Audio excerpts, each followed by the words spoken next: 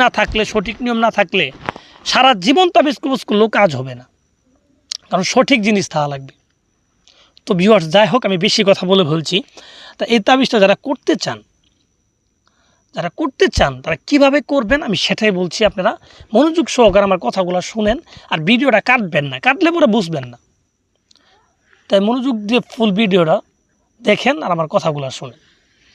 যারা করবেন এই তাবিজটা যে কোনো একটা শনিবারের দিন করবেন, শনিবার দিন রাত্রের বেলা করবেন। রাত্রের বেলা শ্মশান ঘাটে গিয়ে করবেন। শ্মশানে যেখানে চিতাপুরা, সেই জায়গায় বসে দক্ষিণ দিক মুখ করে বসবেন। বসার পরে মাটি দিয়ে একটা মূর্তি বানাবেন। মাটি দিয়ে একটা, যদি মেয়েকে বস করতে চান মেয়ে মূর্তি, যদি ছেলেকে বস করতে চান ছেলে মূর্তি বানাবেন। ছেলে মূর্তি বানায়, ঠিক আছে, সেই মূর্তির পিঠের দিকে এই তাবিজটা লিখে দিবেন। লিখে দেওয়ার পর তাবিজের ওপর পৃষ্ঠে, মানে বুকের দিকে মূর্তির যাকে করতে চান তার নাম এবং তার বাবার নাম, আপনার নাম, আপনার মায়ের নাম, এই নামগুলো লিখে দিবেন। সবারই নাম লিখে দিবেন একটা মূর্তির ভিতরে। লিখে দেওয়ার পর এই মূর্তিটার ভিতরে আপনি কামরস দিবেন। কামরস অবশ্যই বুঝেন, নিজের কামরস দিবেন। ছেলেরা বীর্য দিবেন, মেয়েরা কামরস দিবেন, এবং নিজের মাথা চুল দিবেন, ঠিক আছে। পারলে অবিবাহিত মেয়ের মাসিকে রক্ত দিবেন, এইগুলা দিবেন। মুনামুনি ফল দিবেন, ঠিক আছে, ফলগুলা দিবেন। এই সব কিছু দেওয়ার পরে মূর্তিটাকে ভালোভাবে কালো কাপড় দিয়ে পেঁচিয়ে নেবেন।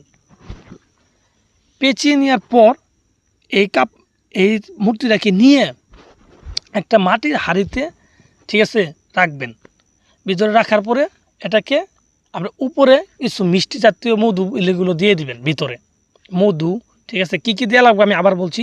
মিষ্টি জাতীয় দিবেন, মধু দিবেন বা চিনি দিবেন, ঠিক আছে, কামরস দিবেন, ঠিক আছে, মুনামুনি ফল দিবেন, নিজের চুল দিবেন, আর প্রয়োজন যদি একটু আঙ্গুলে রক্ত বের করতে পারেন রক্ত দিবেন, ঠিক আছে, এইগুলা দিবেন।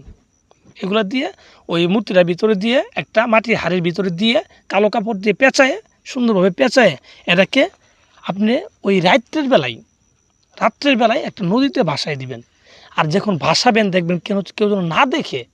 আর এই কাজটা সম্পূর্ণ করতে হবে লুক চক্ষুর আড়ালে, কোনোভাবে কোনো লুক যেন দেখা না যায়। তো এইভাবে যখন কাজটা সম্পূর্ণ করতে পারবেন, ঠিক আছে, আর আপনি 3 দিন অপেক্ষা করবেন, দেখবেন আপনার কাঙ্ক্ষিত ব্যক্তি যত দূরে থাকুক, এবং বিশ্বাস করেন ভাই, যত দূরে থাকুক সে আপনার সে আপনার বাধ্য হবে যদি আপনি সঠিকভাবে করতে পারেন। ভাই, আপনার আমি কি বলবো, আমাকে গুরু মানতে হবে না, ভাই মেনে কাজটা করেন সঠিক নিয়মে আমার কথা মতো, দেখেন কাজ হবে ভাই। অযথাই এগুলো কবিরাজি ঘোরাফেরা করে সময় নষ্ট করেন না।